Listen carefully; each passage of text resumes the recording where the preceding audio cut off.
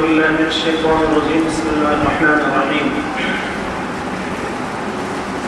وما أوتيت العلم إلا قليلا شبيت بالشريف اللهم صل على محمد وعلى آل محمد كما صليت على إبراهيم وعلى آل إبراهيم إنك حميد مجيد اللهم بارك على محمد وعلى آل محمد كما باركت على إبراهيم وعلى آل إبراهيم إنك حميد مجيد أستغفر الله أستغفر الله أستغفر الله وأتوب إليه لا حول ولا قوة إلا بالله العلي العظيم الحمد لله आज 12 সেপ্টেম্বর জুমার দিন মাগরিবের পরে নুরানি হিফজুল কোরআন ইসলামিক একাডেমি এখানে আমাদের কর্তৃক আয়োজিত অভিভাবক সমাবেশ মাদ্রাসা থেকে হিফজুল ছাত্রের সবক অনুষ্ঠান সাময়িক পরীক্ষার পুরস্কার বিতরণী আল্লাহ তাআলা আমাদের সবাইকে সুস্থতার সাথে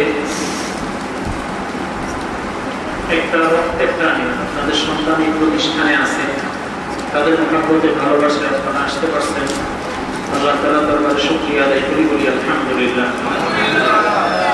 তার সাথে সাথে আমাদের নবী জনাব মুহাম্মদ রাসূলুল্লাহ সাল্লাল্লাহু আলাইহি ওয়াসাল্লামের রওজা মুবারকে লক্ষ কোটি ধন্যবাদের হাদিয়া পেশ করি সাল্লাল্লাহু আলাইহি ওয়াসাল্লাম। আল্লাহর দরবারে আমরা যেন আল্লাহ তাআলা আমাদের সবাইকে আল্লাহ তাআলার দ্বীন পথে ঈমানের মতে পথে থাকার তৌফিক দান করেন, সবাই বলি আমিন। আসলে বরাবরই আমি যখনই আপনাদেরকে আমরা স্মরণ করি ডাকি কিছু গুরুত্বপূর্ণ কথা আপনাদের থেকে আমরাও শুনি, আমরাও কিছু প্রয়োজনীয় কথা দায়িত্বশীলের জায়গা থেকে বলার চেষ্টা করি। আমার প্রতিটা কথা আপনাদের একজন ভাই হিসেবে বলা, আপনাদের একজন সন্তানের শিক্ষক হিসেবে বলা, আপনাদের সন্তানের ভবিষ্যতের পরিকল্পনা নিয়ে বলা, দরদ নিয়ে বলা, মহাব্বত নিয়ে বলা।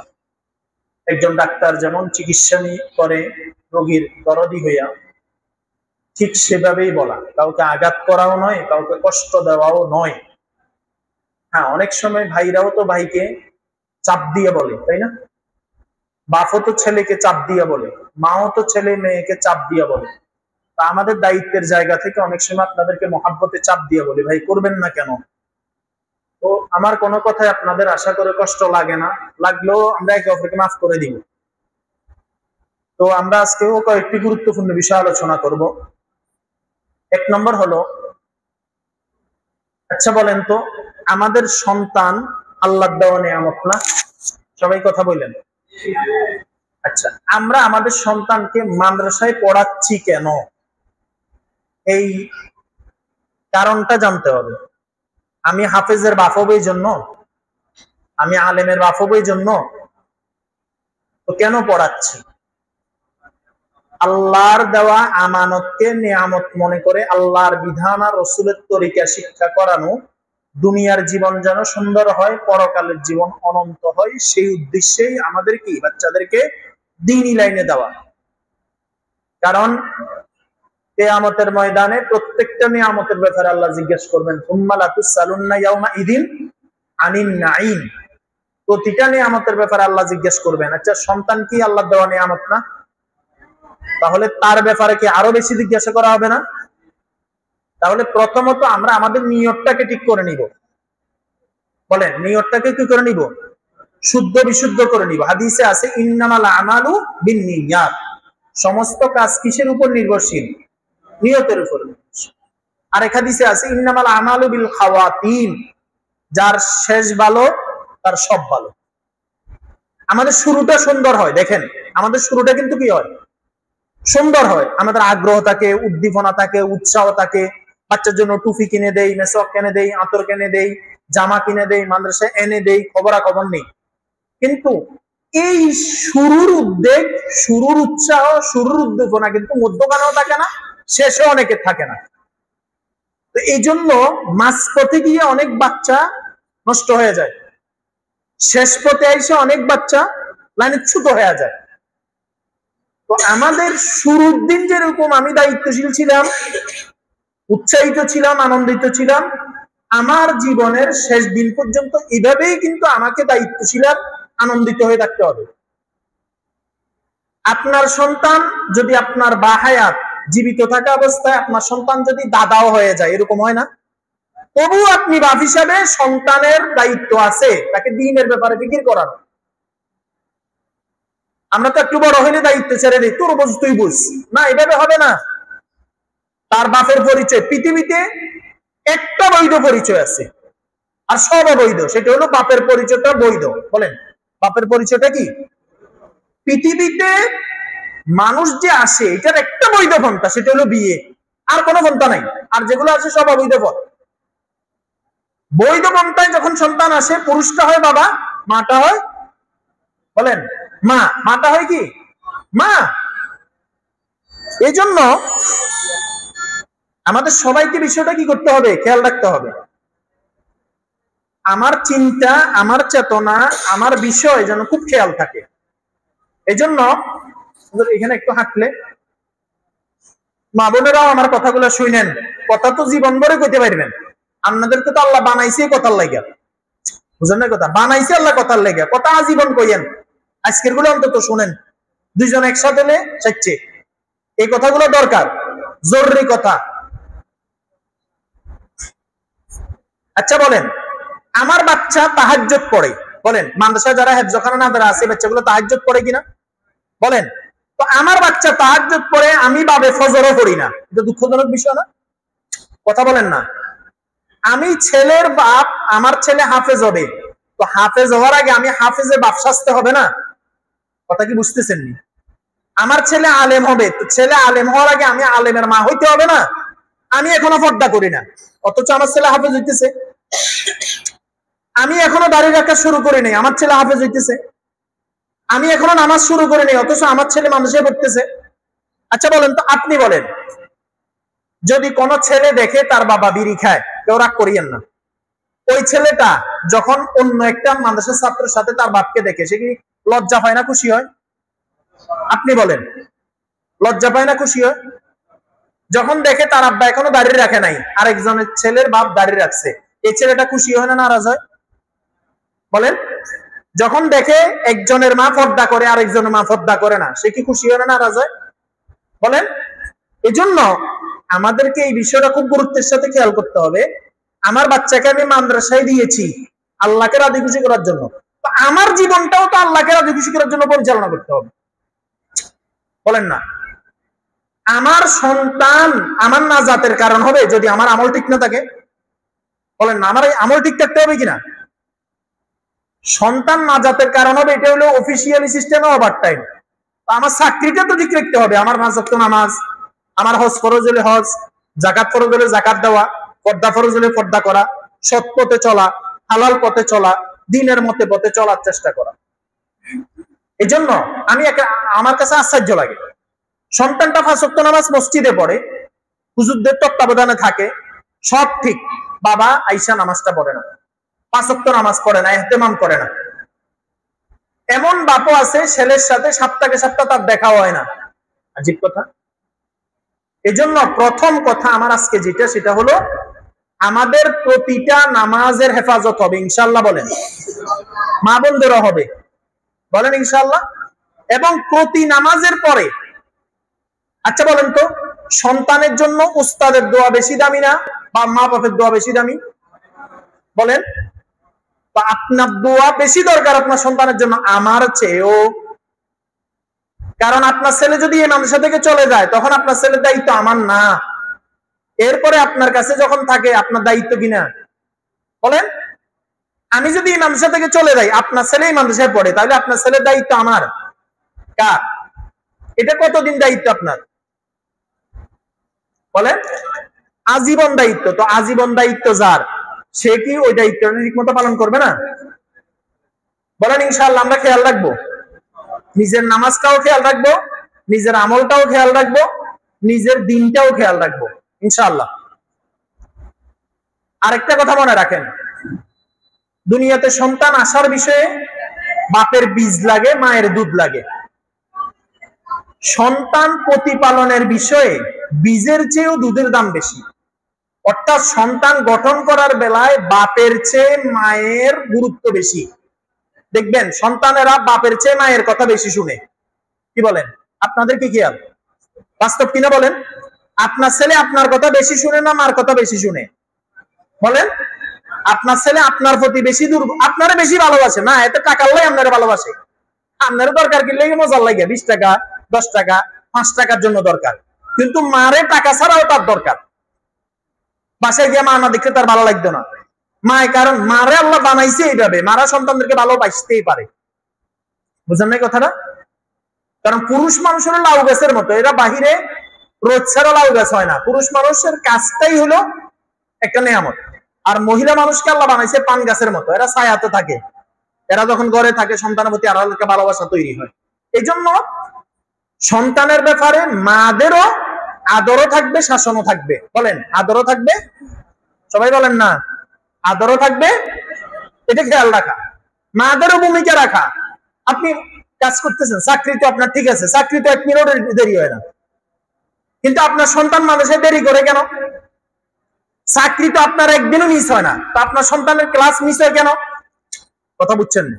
আপনার তো জ্বর হলে আপনি ডিউটিতে যাইতেছেন, তো আপনার ছেলের সামান্য জ্বর হলে কেন 3 দিন বাসায় গিয়ে শুয়ে দেখতেছে? আমার কথা কি বুঝতেছেন? আর ইমার্জেন্সি হলে সেটা আলাদা বিষয়। আমার কথাগুলো খুব খেয়াল করেন।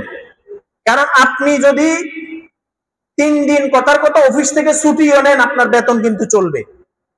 কিন্তু মাদ্রাসায় যদি ছুটি নিয়েও বাসায় 3 দিন থাকে, তার কিন্তু পড়ালেখা বন্ধ। আমার কথা কি বুঝতেছেন নি কিছু? পড়ালেখা বন্ধ মানে কি? তার নামাজও বন্ধ। আচ্ছা বলেন, বাসায় গেলে সে নামাজ ঠিক মতো পড়ে? বলেন, কোরআন ঠিক মতো পড়ে? তার মানে তার পড়ালেখাও বন্ধ, আমলও বন্ধ। এটার গুরুত্বই নেই। আমি আশ্চর্য হই অনেক অভিভাবকের উপরে। 3 দিন 5 দিন বাচ্চা যায়, বাসা থেকে আসে না, ফোন দিলে ফোনও ধরে না। 3 দিন পরে আসি, হুজুর ও তো গেছে, আসতেছে না। আমি জিজ্ঞাসা করি নাই কেন আসছি। আজীব কথা না বিষয়টা? এত দায়িত্বশীল জায়গা থেকে এত দায়িত্ব অবহেলা হলে হবে? সন্তান আমার না, আমারে গুরুত্ব দিতে হবে না, খেয়াল রাখতে হবে না? আল্লাহ তাআলা আমাদেরকে বুঝার তৌফিক দেন। আরেকটা বিষয় হলে দেখেন, আমাদের সবার সবকিছুর জন্য সময় আছে। অফিসের কলিগের সাথে চা খাইতে বসছে, যে 2 ঘন্টাও তার কথা এই উঠি না ভয়, আরো কথা আছে, চা দে, আধা ঘন্টা পর ভাই উঠি, এই কফি দে, এরপর বিড়ি দে, মানে কথা শেষ হইতেছে না। ঘন্টাকে ঘন্টা কথা বাড়াইতেছে অফিসের কলিগের সাথে, বন্ধুর সাথে, দোকানদারের সাথে, কিন্তু এই মানুষটাই সন্তানের জন্য 10 মিনিট সময় বাইর করে না। বলেন, আসেনি?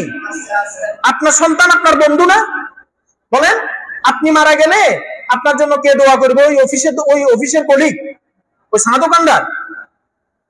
আপনার সময়, সন্তানের জন্য আপনার সময় কেন বের হইতেছে না? সন্তানের জন্য কোনো সময় নেই, কোনো আদর ভালোবাসা নাই। আমি শুধু ডাকাইতের মতো কথা, পড়ালেখা হয়েছে নি, ঠিক মতো হয়েছে নি, হ্যাঁ যেন ভালো রিফুড হয়, কত টাকা খরচ করতেছি, তোমার পিছনে কত টাকা চলে যেতেছে। মনে হয় মাদ্রাসায় না পড়াইলে তার পিছনে টাকা খরচ হইতো না। আপনাদের কি খেয়াল? মাদ্রাসায় না পড়াইলে টাকা খরচ হইতো না? না হবে? বলেন, হবে কিনা? আপনি বাচ্চাকে শাসনও করতে হবে, আদরও করতে হবে। আগে আদর করবেন, পরে বলবেন বাবা তোমার আমি ভালোবাসি, তোমার পিছনে আমার অনেক শ্রম মেধা বুদ্ধি আছে, পড়াটা যেন ঠিক মতো দাও। আপনি বলেন তো, প্রতিদিন আপনি অন্তত 2 মিনিট 5 মিনিট আপনার ছেলের জন্য দোয়া করেন কিনা বলেন তো? আজকে পুরো দিন, শুক্রবার গেছে, চমৎকার দিন ছিল, গুরুত্বপূর্ণ দিন ছিল। 2টা 5টা অভিভাবক হাতুড় আনছে যে আজকের দিনে আমার ছেলেটার জন্য আমি হাত ধরি দোয়া করছি। বললে না করলে সমস্যা নেই। বউ মরে গেলে মানে কিসমত। বউ মরে যাওয়া মানে কি? আমাদের দেশে বউ মরে যাওয়া মানে কিসমত মনে করে। তো বউ মরছে, এর কাছে মাইয়ে বিয়ে দাও, কারণ বউ যারা মরে এরা বউর কদর বুঝে। জামাই মরলে না বউদের বিপদ, কেউ বিয়ে শাদী নিয়া। বউ মরলে জামাইদের তেমন বিপদ না। আচ্ছা বলেন তো, আজকে হাত উঠেছেন কে কে যে সন্তানের জন্য দোয়া করছেন? কি দোয়া করছেন একজনে কনসে দেখি? কি আপনি কি দোয়া করছেন ভাইয়া?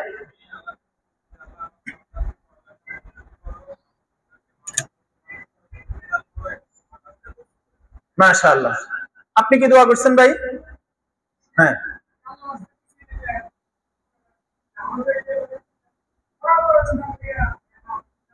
মাশাআল্লাহ। সবাই রবিউল ভাই, রবিউল আব্বু কি দোয়া করছেন?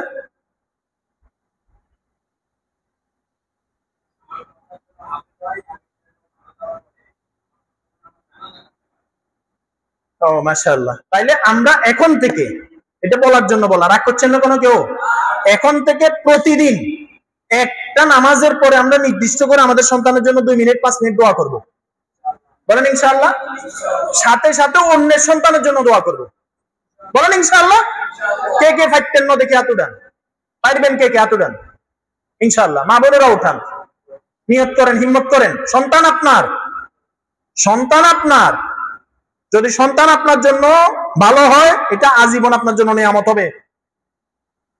আবার একটা কথা মনে রাখবেন, আমি এখানে একটা প্রাসঙ্গিক ক্রমে কথা বলবো। অনেক মহিলাদের একটা বদ অভ্যাস আছে, আমি মহিলা বিদ্বেষী না, সাবধান। অনেক মহিলারা সন্তানের জন্য স্বামীর সাথে সম্পর্ক খারাপ করে। কথা বুঝেন? বলেন কি বলছি? আর কথা কয় না। সন্তানের জন্য স্বামীর সাথে কি করে? সম্পর্ক খারাপ করে। মানে সন্তানের জন্য স্বামীর সাথে ভালো ব্যবহার করে না, বাজে ব্যবহার, খারাপ ব্যবহার, গালাগালি অনেক সময় অনেকে করে। আমাদের মানুষে যারা পড়ে, মহিলা বা অভিভাবক, এরা তো সবাই আল্লাহর ওলি, এদের কথা বলতেছি না, বিভিন্ন জনের কথা বলতেছি। অনেক সময় সন্তানের কারণে স্বামীর সাথে খারাপ ব্যবহার করে, স্বামীর সাথে দূরত্ব তৈরি করে। এটা ঠিক নয়। স্বামীকে নারাজ করে সন্তানকে সন্তুষ্টের কথা ইসলাম বলে নাই। ইসলাম বলছে, যদি আমি আল্লাহকে ছাড়া আর কাউকে সিজদা করার অনুমতি দিতাম, রাসূল বলেন, তাহলে স্বামীদেরকে সিজদা করার জন্য নারীদেরকে বলতাম। সুবহানাল্লাহ বলেন। সন্তান হলো আপনার, সন্তান কার মাধ্যমে আসছে? স্বামীর মাধ্যমে না? তো সন্তানটা স্বামী কেন বড় হবে? আবার অনেক আমরা পুরুষদের ভিতরে কিছু বদভ্যাস আছে। সন্তান দুষ্টামি করছে, এখন এই ফল আমার না, যাও তোমার ফল তুমি সামলাও। এখন সন্তান দুষ্টামি করছে, সন্তান কোনো অপরাধ করছে, তখন ফলার দায়িত্ব আমার না, সব মার হয়ে গেল। এটা ঠিক না। উভয়ে আমরা সতর্ক থাকতে হবে, সচেতন থাকতে হবে। সন্তানের কারণে স্বামী স্ত্রীর ভিতরে ফাটল সৃষ্টি হইতে পারবে না। আবার অনেক সময় খেয়াল রাখবেন, অনেক সময় বাসায় ঝগড়া হয়, ঝগড়ার মাঝে গালাগালি হয়। এই গালাগালি গুলো বাচ্চারা শিখে আসে, দেখে মা বাপ ঝগড়া করে। এবার ফলাফাইনে যখন ঝগড়া লাগে, এরাই গালাগালি গুলা কি করে? মাস্ক করে, অ্যাপ্লাই করে। এটা খেয়াল রাখা। আপনারা, আমরা আল্লাহর ওয়াস্তে সন্তানের দিকে তাকাই হলো আমরা ঝগড়া বন্ধ করা উচিত, ঠিক না? কথা বলেন। আমরা যারা পুরুষেরা আছি, সবার সাথে আমাদের ভালো ব্যবহার, শুধু বউটার উপরে যেন আমরা একটা ফেরাউন সাজি যাই, অনেকে আছে। আবার অনেক মহিলা আছে, সব পুরুষের লগে, নারীর লগে, বান্ধবীর লগে, বাসার ভাড়াটিয়ার লগে, সবার লগে এমনি যেন মুখে মধু বাইরিতেছে, মধু মধু। আর জামাইটার সাথে যেন বিষ উগলি দিতেছে। বড়টা হারাম। পুরুষের জন্য স্ত্রীকে অবহেলা করা হারাম, নারীর জন্য স্বামীকে অবহেলা করা কি? কথা বলেন, হারাম। দাম্পত্য জায়গায় যেন কোনো পাটল সৃষ্টি না হয়। যদি পাটল সৃষ্টি হয়, তাহলে পরকীয়া তৈরি হয়। কথা বুঝেন? গুনাহের দিকে ধাবিত হয়। যদি স্বামী স্ত্রীর ভালোবাসার ভিতরে পাটল সৃষ্টি হয়, এখন আরেক বেড়াই কি কয়, ভাবি আমনের মতো বউ পাইও, ভাইয়ে বুঝেন না। এরকম একটা বউ যদি আমি পাইতাম, দোলনাতে দুলাইতাম, এবার ভাবি তো মানে শেষ। ইন্নালিল্লাহ, আমার জামাই তো আমার কোনো মূল্য করেন না, অমুকের জামাই না বালা শেখছে। আর কোনো কিছু বেরিয়ে আসি, আপনারা কি কইলো, আহা এরকম চাকরিজীবী জামাই পাইয়ার পরে আপনার বউটা আমাদের কোনো কদর করে। এরকম জামাই যদি আমি পাইতাম, শেখছে। এই তো বাজাই দিল জামিলা। কথা বুঝেন নাই? আপনি হিসাব করে দেখিয়েন, কেউ আরামে নাই বউ নিয়া, কেউ আরামে নাই স্বামী নিয়া। ঝগড়া সবার ভিতরে। কথা বলেন, জমিলা সবার ভিতরে। আপনার কাছে লাগে আর অমুকের বউ নিয়ে অমুক অনেক আরামে আছে, আর বেডির কাছে মনে হইতেছে অমুকের জামাই নিয়ে অমুক বড় আরামে আছে। এদের ঘরে যে কি আরাম চলেন না জাহান্নাম চলেন, আপনি টের পাননি। এই জন্য নিজের বিষয়ে সংশোধন করা উচিত আমাদের। আরেকটা কথা বলি, দেখেন 2 প্লেট ভাত খেলে পেট ভরে কিনা? এখন আপনারা এখানে বলছেন, এক লাগারে একজনে কয়বার চা খাইতে পারবেন? 2 বার, 3 বার। এরপরে বিস্কিট কয়টা খাইতে পারবেন বলেন? 5 ঘন্টা, 7 ঘন্টা, 10 ঘন্টা ঘুমানোর পরে আর ঘুম যাইতে মন চায় বলেন? কিন্তু আমাদের শরীরের ভিতরে একটা অঙ্গ আছে, এটা হলো রাক্ষস, এটা হলো চোখ। আপনি দেখেন আমাদের ঘরে যা কিছু আছে, বেশি আছে জিনিস বেশি না নাই জিনিস কম? বলেন না, কথা বুঝছেন না? আমাদের ঘরে ভাতের পাতিল আছে, গ্যাসের চুলা আছে, চাউল ডাউল এভরিথিং সব আছে কিনা? তাহলে আমরা কি হিসাব কি করি? আছে হিসাব করি না নাইটে হিসাব করি? বলেন না, কথা বলেন।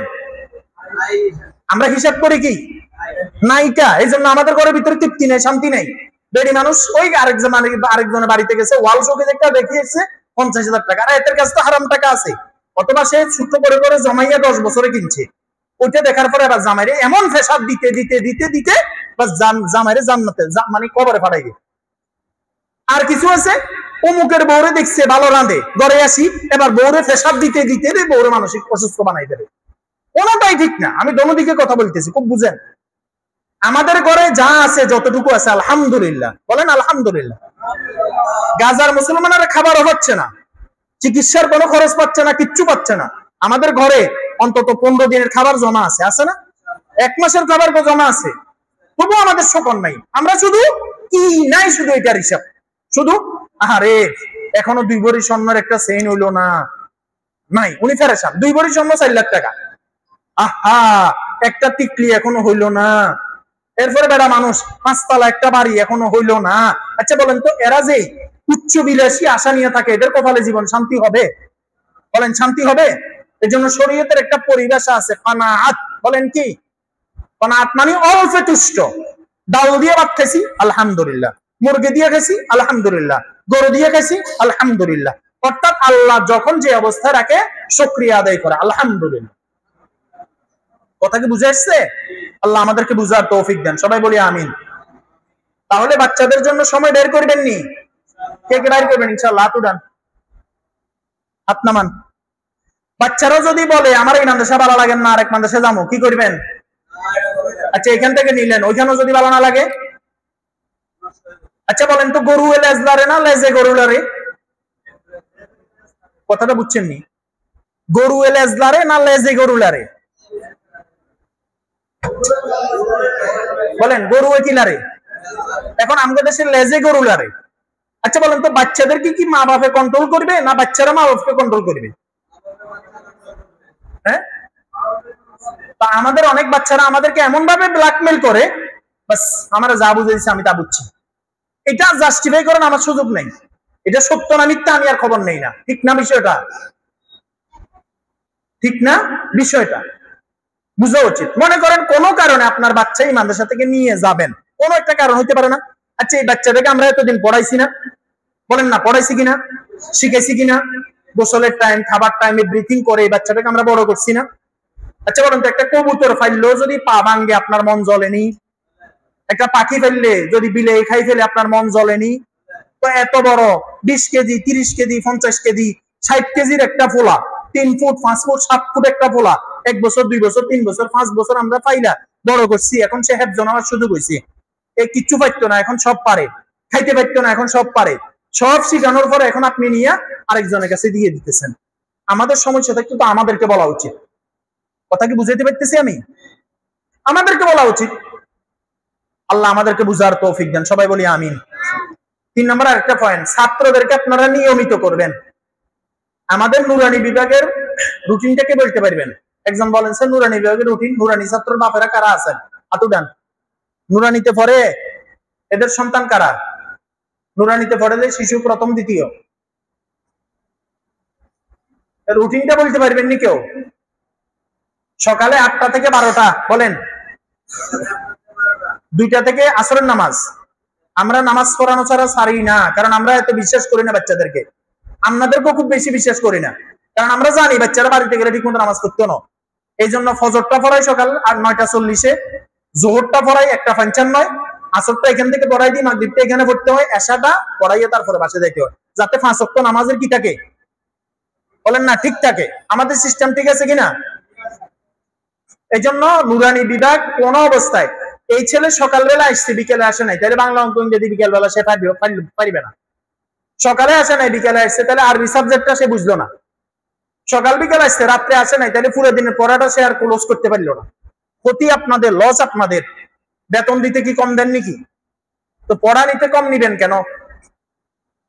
আমাদের মাদ্রাসায় যে পরিমাণ ছাত্র আছে এই তুলনায় শিক্ষক বেশি, হিসাব করলে কি কোনো যোগ? যদি বিভাগ ওয়ারি, কিন্তু এক এক বিভাগে অনেক ছাত্র থাকলে একজন শিক্ষক দেওয়া হয়। আমাদের ছাত্র কম, শিক্ষকও যা আছে তার চেয়ে বেশি।